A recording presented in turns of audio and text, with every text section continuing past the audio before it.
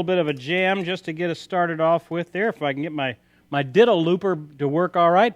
All right, thanks for joining us. We already have a whole list of questions here. I'll try to get to as many of them as we can. Let me actually tune my guitar back up to a standard tuning, because I'm pretty sure y'all aren't going to ask questions in drop D. All right, here we go. All right, so we'll start with as many questions as we can. Mark D is asking, Steve, I need advice on how to do a pinch harmonic. I've been trying to get it the last 3 days and just can't seem to get it. Okay, I'm going to switch over to my electric guitar here, because that'll be a little bit easier to see that. And we'll see if we can get a good tight shot on camera 3 there. Now, pinch harmonics, I don't really do them like other people do them, so I'm not going to be much help to you on actually how other people do them. Here's what I do, okay? So I'm going to put down to where I'm at my treble pickup. This is a beautiful Collings guitar, a Collings electric guitar that you don't see very often, but it's just a gorgeous instrument. And I saw it hanging up on a wall. I thought, oh, that'd be great to use. So, all right, so as far as those little high-pitched squealy harmonics, this is what I do. Okay, I'm going to turn on a little distortion here so you can hear.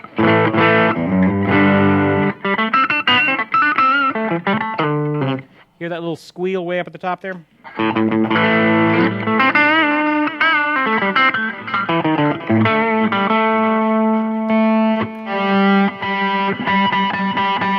There it is.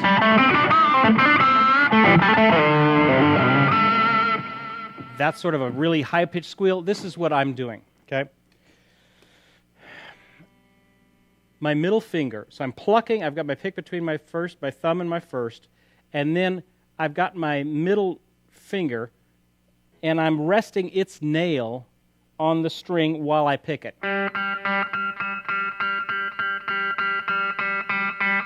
So here's a normal picking. Then when I rest my nail on that string, and if I just play around with where it's at, I can get that kind of pinchy, squealy harmonic. So I'm plucking the string and resting my nail.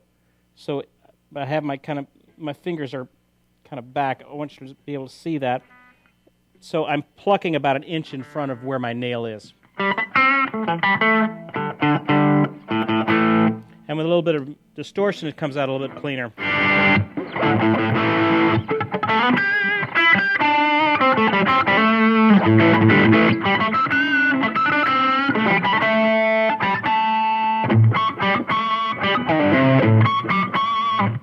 That's sort of a feel, and that's how I do them. So other guys, they're actually doing kind of pinchy things.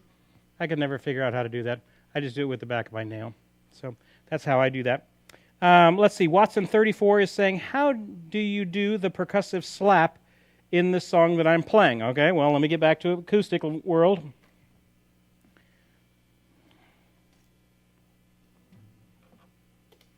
Okay. And now I'm all tuned up, so we'll have to do it in the key of E there. How do I do the percussive slap thing? Let me turn off my effects here. Well, a couple different ways you can do it. I generally just whack the strings with my thumb.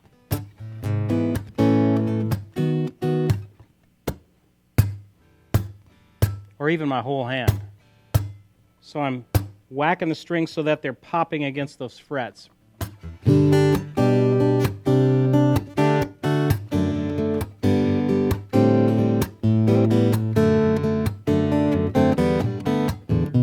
It's a real helpful technique to give a little bit of lift and a rhythmic pulse to your playing. So instead, if I'm playing with a pick, I can't do it as well.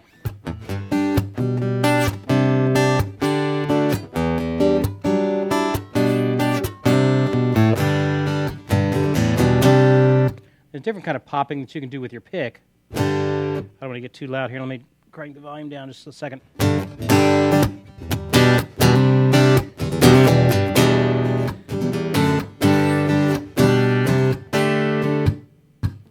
So there's always this thumping that I'm doing in there, and that helps. that helps give a sense of rhythmic pulse to the music. It takes a while, and actually it kind of beats up your hand pretty good, so I don't know if I could do it all night long. But that's how I get that percussive slap to it.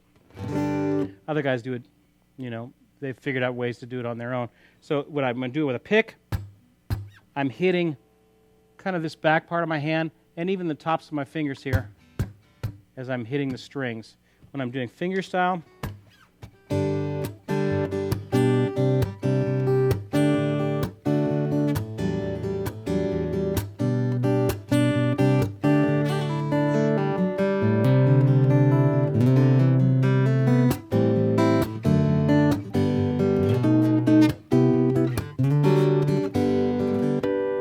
so there you go. Neil, ES335 is saying, oh, wait a minute. There looks like there's a question before that, so let me get to that one. It's still Neil. Steve, I'm in the Learn Master Guitar Sessions 13, learning triads. Can I please discuss the importance and the use of triads and the need to memorize the major, minor, augmented, and diminished? I'm so glad you asked that. So glad you asked that. Why do we need to learn all this dumb theory? It's like work, it's like math. It's like guitar torture. Why make people have to learn this stuff? Shouldn't guitar playing be all about fun? Why do we need to have, it's like book learning. And besides, I heard somewhere on the Tonight Show that some famous guitarist, you can fill in the blank, whoever your famous guitarist is, said that he never learned how to do theory or never learned how to read music. So it must be just something that you don't really need to do. All right. Here's the scoop on that. I'll tell you a story. I was teaching a guitar lesson to this. He was a dentist, and he just wanted to learn songs. Just teach me songs. So I'd be teaching him songs, but I want to know how to solo, but I don't know what to do. And so we'd have to get into some theory stuff of what you should play in your solo and stuff like that. And he said, I don't want to hear it. I don't want to do all that stuff. I just want to solo. I don't want to do all that. I just want to solo. And so he said that so many times. Finally, I said, okay, that's like me saying, hey, I want to be a dentist. And don't bother me with all the dental school stuff. I just want to do that drilly thing that you do. And I just want to do that. That's what I want to do. Okay? That's exactly the headspace that I'm in. You got to know what's going on. Oh, well, but Stevie Ray Vaughan, he didn't. I can pretty much guarantee you that Stevie Ray Vaughan knew that an E chord had an E, G sharp, and a B in it. I'm pretty sure he knew that, okay? So you got to know the basics, a little bit about it. But Steve, I don't want to mess with that. I don't want to have to do all that. Man, you're an adult. You got to memorize garbage all the time as an adult. It just take a couple of days, a week maybe, and go through and fill out these pages of what a C major triad is. It's out of a C major scale. You do the first note, the third note, the fifth note. That's a major triad, 1, 3, 5. So in the key of C, C, D, E, F, G, A, B, C, I'm taking C, the first, E, the third, G, and that makes a C chord. So no matter how I put together no matter how many I juggle a C and an E and a G, as long as I have a C and an E and a G, I've got a C chord. Okay, so I could play it like this. I could play it like this. I could play it like this. Maybe here. Oh, here's one. What about, as long as I have a C, E, and a G, I've got a C chord. C minor, C, E, flat, G, 1 flat, 3, 5. Augmented, 1, 3, sharp, 5. Diminished, 1 flat, 3 flat, 5. Augmented and diminished, you're going to use a little bit less. But definitely your majors and minors. Just sit there, and first of all, you got to memorize your keys. There's 12 keys, so you got to know what notes are in the C scale. We have no sharps or flats. In the key of G, we have 1 sharp. It's an F sharp. You got to know those little things. But Steve, that sounds like 1,000 bits of information. It's 12, really. Sorry to simplify it too much. It's really only about 12 things that you need to know. So work on memorizing those keys and key signatures first. What key has 2 sharps in it? That's the key of D. What key has 3 sharps in it? That's the key of A. Things like that. Memorize those keys and key signatures. That's the first place to start. In the guitar course, in the bonus resources book, I forget which page, I have a little flashcards that you have, like in the key of D, it has 2 sharps. In the key of A, you have 3 sharps. Memorize those. That's what I did all through high school, when I probably should have been paying attention to what was going on. I was in the back of the class, writing on a piece of paper, the key of C, no sharps or flats, C major, C, E, G, C minor, C, E flat G, C augmented, C, E, G sharp. Once you memorize those things, the triads, that's where it starts. After that, then maybe you can add the sevenths, okay? So I know what a D minor seventh is. So I don't have to think, oh, for D minor seventh, well, I have to automatically go to my pentatonic scale, my pentatonic box, because I just don't know anything else other than that. No, if you know that a D minor seventh is a D, F, A, and a C, all I got to do is hang around those notes and try and find something that works working around those notes, and I've got a more melodic solo. So there you go. Some thoughts on that. All right. Rick Romito is saying, any advice on doing pull-offs to embellish a chord? Pull off the F sharp while playing a D chord. Yes. One of the most helpful things you can learn is a few of these tricks, especially in guitar-friendly keys like G, A, E, C, things like that. D, perfect one. Well, I'm going D, A, D, and then I'm plucking an open E and hammering on the F sharp with my second finger. Now, that takes a little bit of practice, a little bit of sitting on your bed going. When I do a hammer-on, I want to do a hammer-on in the rhythm. Do, da, do, da. It's not just, I'm not just whacking the instrument. It's not that. It happens at a very specific place in the rhythm. Now, when I pull off,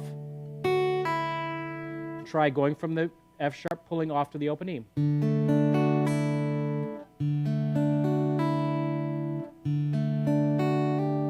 Going from the F sharp to the G. Maybe I can go from the G to the F sharp.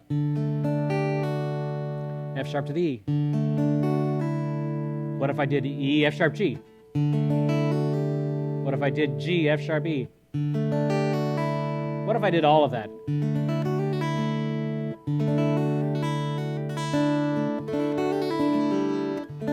I can flip off other notes. There I went from I had my first finger on the A and I flipped off to the G.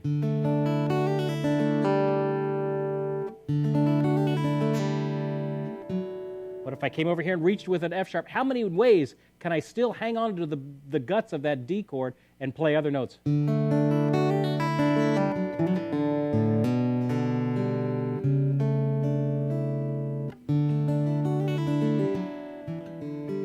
Maybe D minor. My little Phil Keaggy lick there.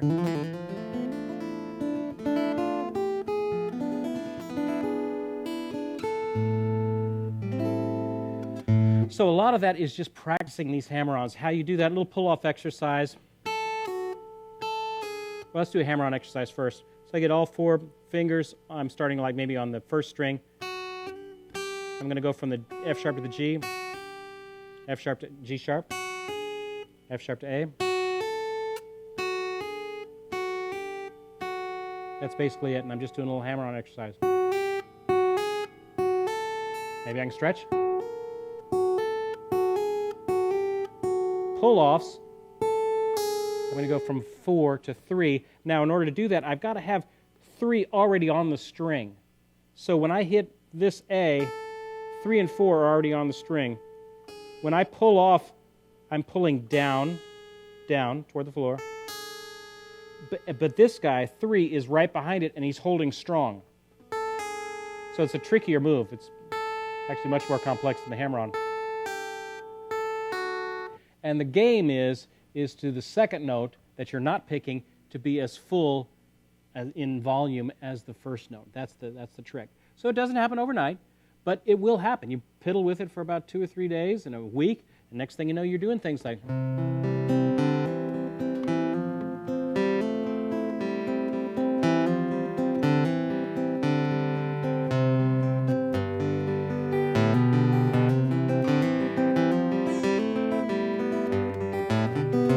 watch Adam Wright. We had our session last time. Adam Wright, great finger or flat picking guy. Every now and then he would throw in his flat picking, he would do all these pull-offs. And suddenly he would go, he'd be flat picking along, daga daga daga daga daga daga daga daga daga. I thought, oh, what was that? Dibbidi-yum. And that was a little pull-off. So he can't pick that fast. He was combining a pick with a pull-off over here.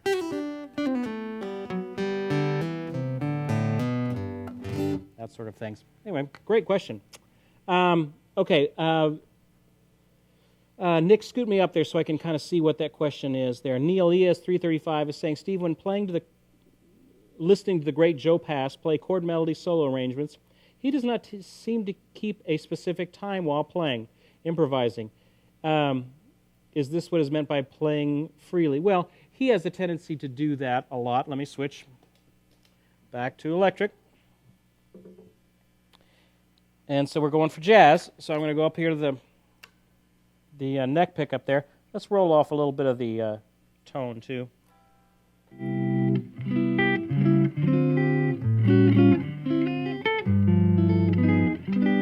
Maybe even a little bit more.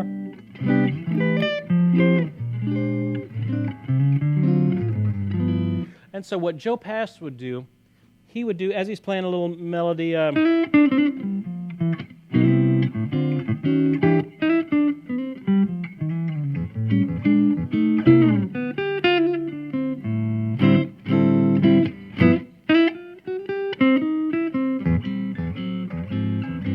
he would just kind of, at times, break out of the tempo and just kind of noodle around brilliantly. I can only dream of noodling like him, but he would do things like a...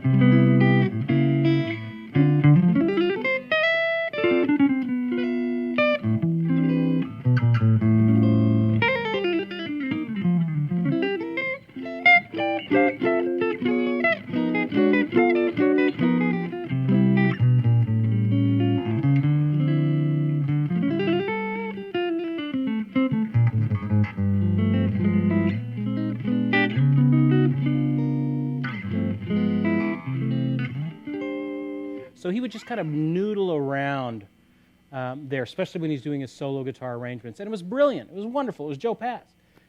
So yeah, he very much can play in time. Listen to some of his great recordings that he did with Oscar Peterson. Yeah, the Oscar Peterson trio with Joe Pass adding into it. It was great. So there you'll hear him playing a little bit more of in-time stuff. Great. Randy120 says, you teach us 6-note key signatures, but recently found 7-note key signatures. Explain. Well, okay. Here's the deal with that. I wish I had my whiteboard. It would be a little bit easier to explain. Keys, there's 12 keys, just like there's 12 places on a clock. So think of a clock face, okay? So up here at 12, at noon, think of that as the key of C, okay? So if I go to 1 o'clock, go to 1 sharp, that would be like the key of G. So if I keep adding sharps, 2 o'clock would be the key of D with 2 sharps, 3 o'clock would be 3 sharps, key of A, 4 sharps, key of E, 5 sharps, key of B, 6 sharps, all the way down here at 6, that's the key of, what is that, F sharp, okay, if I'm thinking of it in sharps. Now if I go around the other side, I'm thinking in flats. So at 11 o'clock would be the key of F with 1 flat, 10 o'clock would be B flat, and 2 flats, 3 flats, eventually work your way down here to 6 o'clock, and you have F sharp, but its enharmonic cousin is G flat, so it's the same scale, just one spelled with sharps, one spelled with flats. Now, back to your question. But Steve, why don't you go to 7 sharps? Well, if I went to 7 sharps, okay, so I'm already in the key of F sharp, that would be the key of C sharp, okay, which, does it exist? Well, yes, I guess it could exist, but it would be easier, instead of reading 7 sharps, to read 5 flats. Do you see how the key of C sharp and the key of D flat are the same key? But it would just be easier to read it as that. Now, sometimes you're going to need to spell a C sharp minor 7th, and you're going to need to know that. So it's a good idea to kind of go one more over. I don't really teach it that way, but it's good to kind of know, the 7-1 in either way. But that's all it is. So why write something in the key of C sharp when you could write it just as easily in the key of D flat, and it would be easier for the player to read. And for those of us who have to read a lot, especially in musicals and things like that. Yeah, I've read musicals where you've got to read a whole thing and it's in the key of C sharp. It's a real pain in the rump. I really wish the guy would have just wrote it in the key of D flat, and we all would have been happier. Bobby is saying, what's a good practice for vibrato and bending? Okay. All right. You got, in this big world of ours, we have half-step bends, whole step bends, and even step and a half bends, if we want to get that. I don't know if I can do it too well on this guitar, but we'll see. So I'm on this D. If I go a half step up, I'm going to that note. I'm using my other fingers behind it to help him up. So I'm not bending just up somewhere. That's what inexperienced players do. I'm trying to bend to a pitch. If I go 2 steps up, I'm trying to hit that pitch.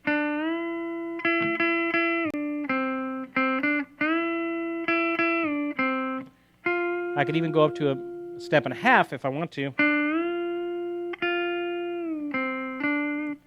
A little tough to do. There's a little exercise that I teach, learned from Larry Carlton.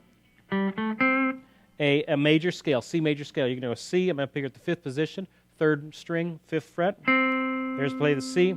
There's the D. I'm going to bend up to the E. Okay, and I'm going to hit F with my first, probably my first finger. G, the 2nd string. Then I'm going to bend up to A. And I have B here on the 1st string, and then C. And by the time I end, my first finger's up here at the 8th fret. Now to go down, it's a little bit differently. I go C, I hit the A, but I'm going to bend it up to a B. A, G, F, D bent up to E, D, C.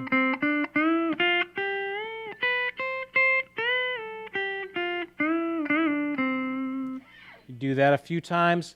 Play it in some different keys, different areas of the neck. That's a good, simple scale that helps you learn your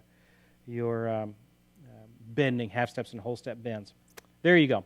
All right, well, enough of me yabbering on. Good questions. We got some more questions, and I will get to those in a second, but I wanted to get on to some other stuff. Let's give something away. We haven't given anything away yet, and our good friends over at Martin, Jay Meyer, we had him on the show, gosh, probably a month or 2 ago, 2 months ago now. That was a great show. And Martin Guitars, he sent us a bunch of good Martin shirts and things. Ooh, I may have to steal this one myself. This is a Martin guitar shirt. Someone is about to win this one. Now, I don't have a whole lot of different sizes. This is a 3XL. So the winner of this is Skip Russell. Skip, I hope you're a big guy. We've got you a 3XL shirt for you. Skip, send me your information at service@mightyoakmusic.com, and we will send this out to you. Very cool Martin guitar shirt. All right, cool. We'll give some more things away here in a little bit once we get Greg up here. All right, I want to tell you about a couple of things. Next week, we even actually have some of our guitar family is already in town, and for the conference that starts next week, our Guitar Gathering 2018 conference starts on Wednesday of next week. We're preparing for all of that. Hey, I sent out an email last weekend. If you're interested, come on out. We still got spaces available. You can even get in the dorms at Trevecca, which still are great prices at the dorm. If you're interested in coming, we got Johnny Hyland, Phil Kagi. This is next week, Wednesday through Saturday. Johnny Hyland, Phil Kagi, Musicians Hall of Fame guitarist Will McFarlane, fingerstyle champion this year, Christy Lene, and Australian Idol winner Joe Robinson. There's workshops during the day. There's fantastic night concerts. And then on Saturday, next Saturday, we just booked last week. Everybody's going to be at a great studio, Columbia Studio A. I can't find my... Oh, here it is. Columbia Studio A down in Nashville, one of the legendary studios. And these are some of the songs that would have been recorded in this room that everybody's going to be in next Saturday. Bob Dylan's Lay Lady Lay was recorded there. Jingle Bell Rock was recorded there. Rockin' Around the Christmas Tree. That'll Be the Day. Buddy Holly was recorded in that room. Hank Williams Jr. is recorded in that room. Jerry Lee Lewis, Johnny Cash, June Carter, Willie Nelson, Simon and Garfunkel. Everybody has recorded in that room. Patsy Cline, I Fall to Pieces, Crazy, all of those were recorded in that room, and that's where we're going to be on Saturday. So if you're interested, there is still time. We still can fit you in. Go to guitargathering2018.com and get you in. Should be a lot of fun. We've got our Fingerstyle Retreat that is in November. That is in October 30th, I believe, till November 2nd this year. And with Phil Kagey's going to be our special guest for that, and Trevor Gordon Hall, one of Acoustic Guitar Magazine's players, top 30, under 30 guitarist, amazing fingerstyle guitarist. That one's more of a retreat. We come, we listen. It's a very small environment. There's only 20 slots, and let me tell you, 16 of them have already been filled. We only have 4 slots left for our Fingerstyle Retreat. If you're interested in the Fingerstyle Retreat, go to fingerstyleretreat.com. It's 4 days and 3 nighs of this beautiful lodge here in Nashville during the peak of autumn colors, and you're sitting in a room with Phil Kagey, and you're 10 feet away from him, and there's 15 people in the room. Yeah, it's pretty great, pretty stinking great. We only have 4 slots available. So if you're thinking, I want to go, well, don't wait another couple of months, because I'm pretty sure that we're going to have our first sellout, was that one. So that is fingerstyleretreat.com. If you're interested, take advantage of that. All right, that's enough of that. Let's give away one more thing, and then Greg, why don't you go ahead and come on up here while I'm giving this away. This is a Martin mug from our good friends over at Martin. Very cool, very cool. The winner of this is Diane Boykin. I'm not even going to ship this to you, because I know I'm going to see you next week. So Diane, congratulations. There you go. You won a great Martin mug. I'm glad to see you won that, Diane. That's great. Everybody say congratulations to Diane there. Hey, we are very excited to have Greg Voros from Gruhn Guitars, and he's got quite a little show and tell for us. Thank you, Greg, for being here with us. By the way, I love your lecture on theory. I hope I'm not lecturing, but I kind of felt a lecture coming on there for a second. That was a lecture. It was good, though. it was really good. Yeah. That's kind of like, I'd like to be a guitar repairman, but don't bother me with all those measurements of this and that. Yeah. I just want to get in there. I gotcha. Yeah. There's some of that going on. It doesn't work like that. No. Tell us about this amazing instrument that you have. What is this? This is a beautiful instrument. It's a copy of a Gibson Flying V that was made by the great pickup builder Tom Holmes. Tom Holmes, yep. Who's local to us here in Nashville. He doesn't live far away. And this was built for Albert King to be given to him for his 65th birthday. Legendary blues guitarist Albert King. Commissioned by Billy Gibbons from ZZ Top. Billy Gibbons, wow. Yeah. Wow. Yeah. It's an incredibly significant instrument in really 2 ways. One, that it was owned and used by Albert King. There's to be 5 instruments associated with Albert King. 2 of them were Gibsons. The first one was a 58, although some folks say it's a 59. I always knew now, it was a Flying V? Flying, yep. Okay. All of them were Vs. Because I've only seen him playing Flying Vs. That's right. So, And I understand it to be a 1958 first year Gibson Flying V. The second was a 66. Then Dan Earlywine in the 70s, early 70s, the repairman, the great repairman, legendary repairman, built one for him in the 70s.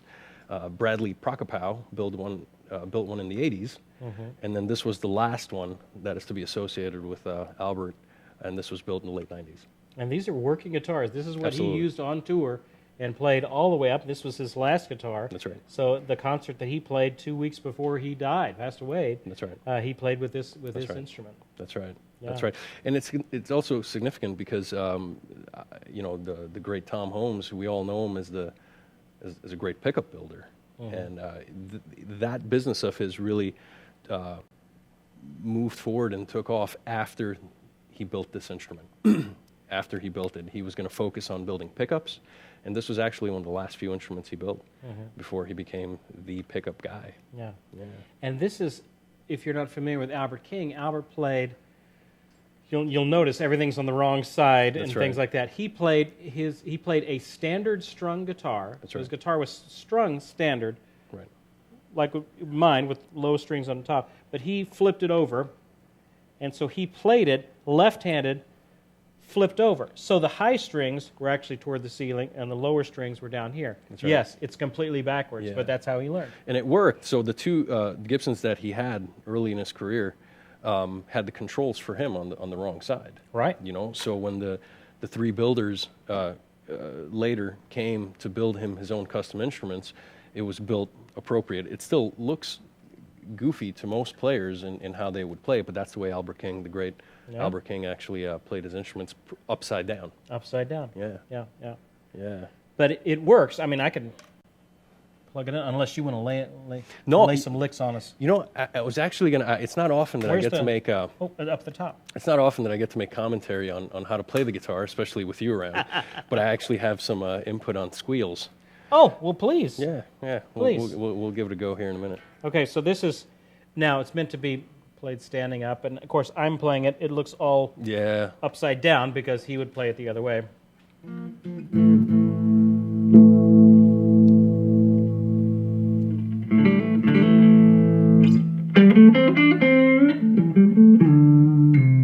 Sounds great. Just a great sounding guitar.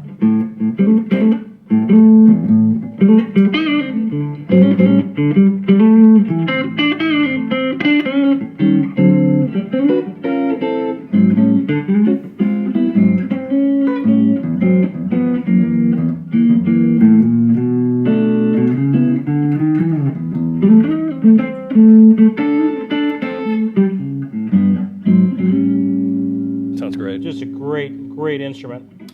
Very odd though to Yeah, play. yeah. So No, I get that.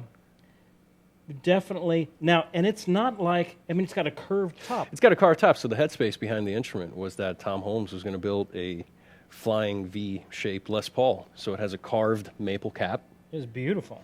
and it's bound. Wow. You know, so there aren't very many V's that are bound, and definitely, I don't know of any made by Gibson that had a carved top. Yeah. So this was not made by Gibson. I mean, Tom was not associated with them. No, he did some consulting work for Gibson, but this was from Tom Holmes under the Tom's. THC brand. Wow. Yeah, And the inlay, the Albert King It's inlay beautiful. there, it's absolutely it's gorgeous. gorgeous instrument. When did Albert King die? Do you know He died in the mid-90s. Mid-90s. Yeah, Okay. he didn't have this instrument for, I'm sorry, mid-2000s. Yeah, Yeah, okay. that makes sense. That makes The sense. instrument was built in '98, and he died maybe a handful of years after. Do you know where he was based out of?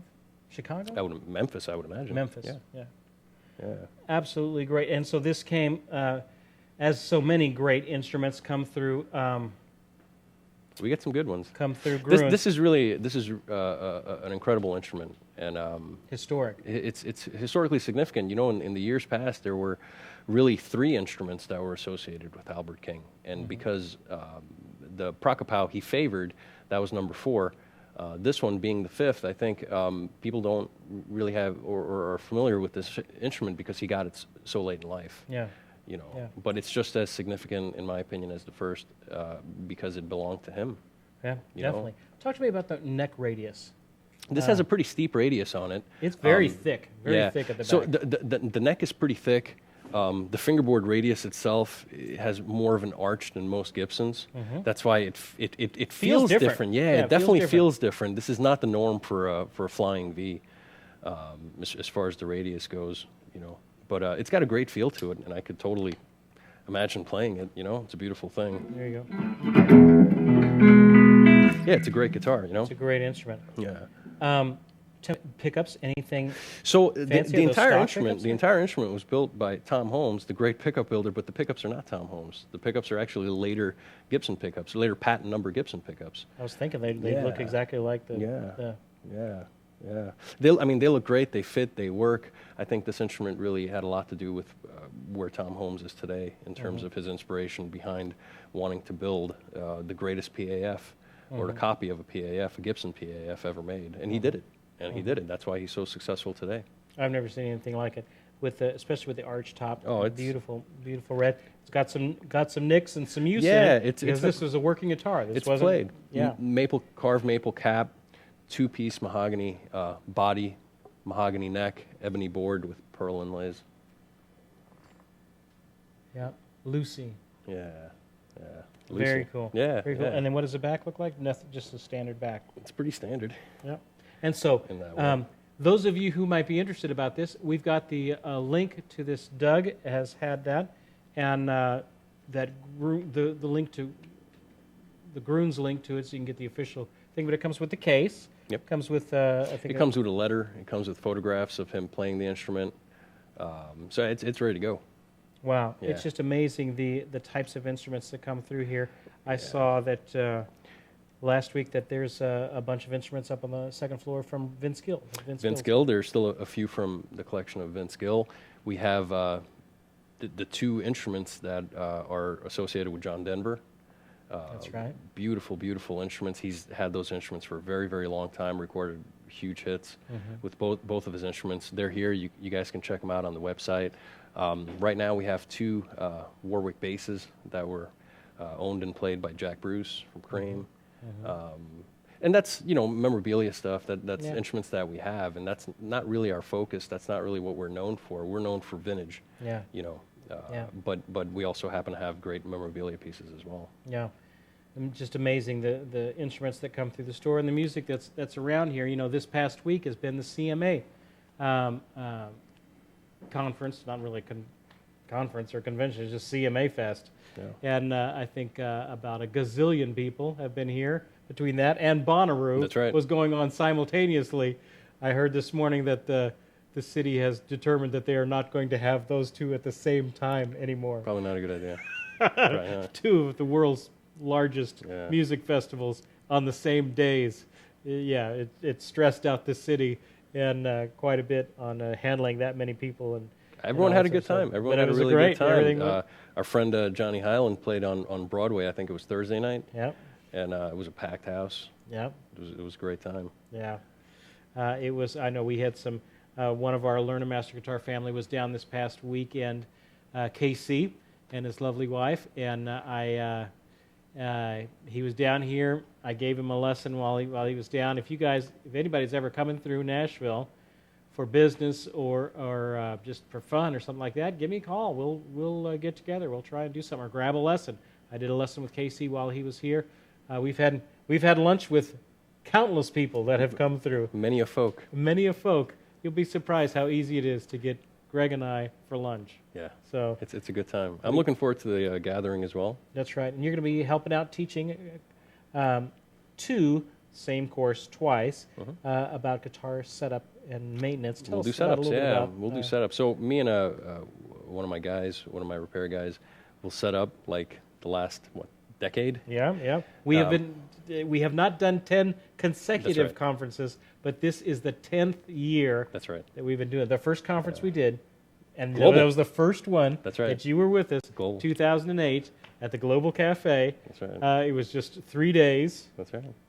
and then I think the third day we didn't do anything. We just went down and saw Peter Frampton, who just happened to be playing down at the river.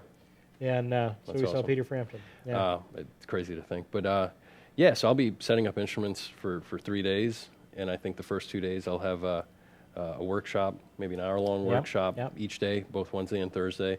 And I invite everyone who's going to be attending the event to come down and hang with me. And you're going to be teaching them how to set up your own instrument. That's right.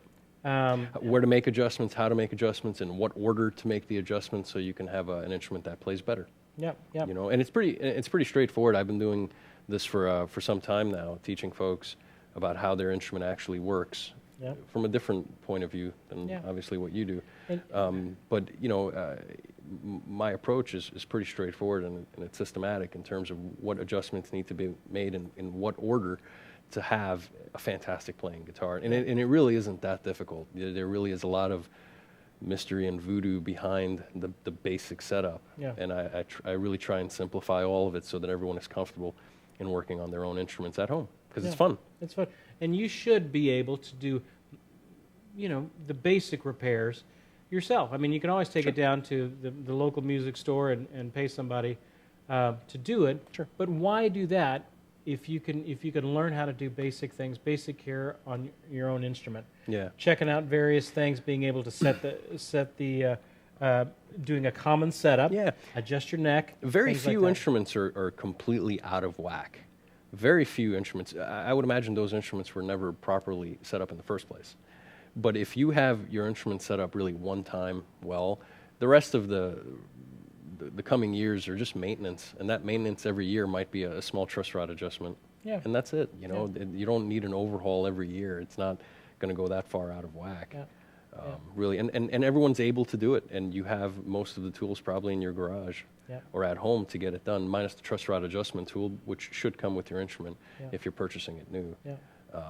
But everyone should be able to do it, and if you guys are uncomfortable and you happen to be at the event, come and hang with me. There's always a bunch of folks hanging out in the rooms while we're working.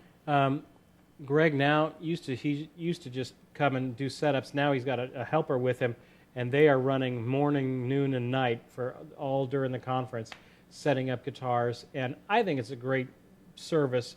If you're coming from somewhere where you may not know or have a good relationship with the local techs in your area, bring your guitars and have some of the best guitar techs on the planet look through your instrument, make sure it's in the best playable condition it can be in, and we'll talk you through it. We'll talk you through the process. It's not a matter of, there's some folks that are completely content with dropping off their instruments and saying, I'll pick it up at 1 o'clock and it being set up, which is perfectly cool. There's a lot of things to do at this conference. Yeah.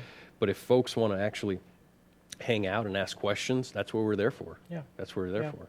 That's one of the best things about the conference is just hanging and relaxing, and you're up close and personal with the artists, with Greg, and you can sit and ask questions about this and that. It's one of the best things. That was from the very first conference. It kind of just felt more like family, like a family reunion, than it felt like a series of workshops or whatever. Yeah. It really amazed me that first year that I did it, and how folks from all walks of life were there in front of me taking notes. Yeah. And really interested in how an instrument works. I thought that was fantastic, which is really cool. So, I mean, that really gave me motivation and inspired me to get further into it, because I really saw that it made folks happy. Yeah. It's like, wow, are you kidding? I can do this? Well, yeah, you can. Actually, it's this simple. Check it out. And you make these adjustments. In fact, even just this morning, talking about your voice has gotten larger and larger in the guitar repair world and guitar vintage guitar world. Just this morning, Premier Guitar released the video that you did on this instrument. Axes and Artifacts. Axes and Artifacts. Through Premier Guitar, John Bollinger and I, we shot a good 10-minute video about this instrument, and we talked in depth about his other instruments as well. So if you guys get a chance to check it out, I think you guys will enjoy that video. Yeah, just type in Premier Guitar into YouTube, and it's the most recent video that they put up. They released, we had one question that Neil was saying, Greg, what should the string height be on a high E for a Gibson ES 137? Okay, done. Well, I'll tell you, you're very specific in your question with regards to a Gibson ES 137. There's really specs for electric guitars and acoustic guitars. Yeah. And the differences, or the main difference between an electric guitar and acoustic guitar is a 32nd of an inch. Because really the setup, the steps, and what you shoot for in terms of measurements are going to be exactly the same. To answer his question, every time you measure the height of any string that you're measuring, first things first, be sure to take the nut out of the equation. So you want to hold down whichever string you're looking to measure. In this case, it would be the high E. So you hold down the first fret on the high E, and you would want to go ahead. I just take the B string and I move it out of the way a little bit so I see exactly what's happening. And I take a 6-inch ruler and I put it right up against the 12th fret, resting right on top, and I measure the distance between the fret and the string itself. That measurement for low action on an electric guitar, you're looking at 3/64ths of an inch. For high action or higher electric guitar action, it's a 64th above that. that's the increments. very It's small increments is very what we're small working with. On a flat top guitar, low action, or acoustic arch top guitar, low action would beat 2/32 seconds, a 64th taller. You know, so there really isn't much of a difference even between acoustic and electric guitar setups. But boy, does that 64th of an inch Makes a huge difference. makes a huge difference in the playability of the instrument. Yeah. It's get your instruments properly set up, properly tweaked out. There's nothing worse. Guitar playing is hard enough. That's right. Than having to deal with an instrument that's fighting you back. And sometimes right. it's just as simple as an adjustment in Yeah. the pickup height or in the neck height. That's or it. A little twist there, a little bit, and you can make the instrument so much more playable. I've been saying that for 10 years or better. If an instrument is set up well, you're more likely to grab that instrument and play it. But if it's already fighting you, like you said, playing the guitar is hard enough as it is, but the instrument shouldn't fight you. Yeah. So once you pick it up and you have nice low action, and then you can come by, play some power chords, or anything that would inspire you to make music so you're not constantly struggling in playing the instrument, a well set up instrument gets played way more than something that's out of whack. Yeah. I've got a great story about that. I do a little bit of teaching at a local university here in Nashville during the school year. And I teach guitar majors and fingerstyle majors and things like that, but I also teach a couple of just general folks wanting to learn how to play guitar. We had a girl this past semester. She was just learning, and she could play basic things, but she could never do bar chords. Oh, I can't do bar chords. Oh, they hurt. And we took her through all kinds of bar chord hand strengthening exercises, and it was just all semester long. And we did that. Finally, I said, let me see your guitar. And so I grabbed her guitar and said, the action's a little high on this. Why don't you get that adjusted? She had it adjusted, and she came back. She got a good setup on it. She came back. She said, you know what? I'm playing bar chords now. Yeah. Now, she could have gone out the door, and for the rest of her life, That's right. said, maybe there's just some people that can play That's bar right. chords and some people that That's can't. right. I guess I'm just one of those people that can't. That's right. And what the difference was, a setup job. That's right. Adjusting a 64th of an inch. It can completely sour your taste for that confidence that you need, especially when you're starting out, is so incredibly important. I've always felt that way. Yeah. So I totally agree. By the way, when you were talking about earlier, I think it might have been Neil that asked a question about squeals. Tell me about it. All right. Yes, so give me the Greg Voros rundown on this. Steve Krenz. This is crazy that I'm here even talking about this, but. If there's one thing that I've done for years playing heavy metal, was just squeals. Now, you made mention that you did it with your middle finger. I do it with my middle finger, but other guys do it other ways. So you have, you want some distortion? Yeah, like real dirty. Like real. That's the dirtiest it gets? That's it. The dirtier your sound is, the better your squeals come out. It excites the harmonics that are different. Oh, right? Yeah, there you go. So what I do is I actually mute the note or the string itself with my thumb. With my thumb. Okay. So when I actually pluck it, right? Okay, so you're doing it with your thumb. Yeah, with my thumb. So I pick the note, and it gets that sound. I don't know if you guys can see it, but if you add a little vibrato to it.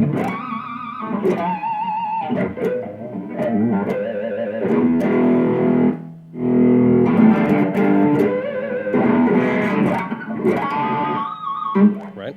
So, yeah. But I don't know how we could get a shot of it. I guess we do this. I was looking to see how you were doing it with your middle finger. I always kind of just dip my thumb into it. Let me grab this guitar. It breaks up a little bit better. We'll see if we can get it. This is kind of an odd guitar to do that. The shape do that on.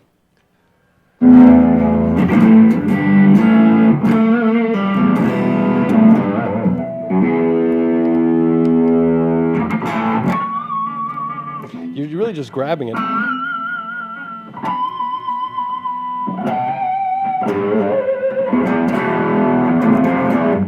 Couple of chords. The G always works pretty good, and the A that works. That's a squeal. You're the coolest. You're the coolest. All right. That's enough of that, Steve. You can put it on. You can put that over there. Wow. I can't touch that. I can't. That's just not a style that I am. I have done much playing in. Wonderful. Thank you so much for being a part My of pleasure. this. Hey, let's give away one more thing, and then we need to get out of here. What'll never happen again, by the way. Oh, no. Now it's it. We're going to make you do a workshop at the thing. Greg's Pinch Harmonics Workshop.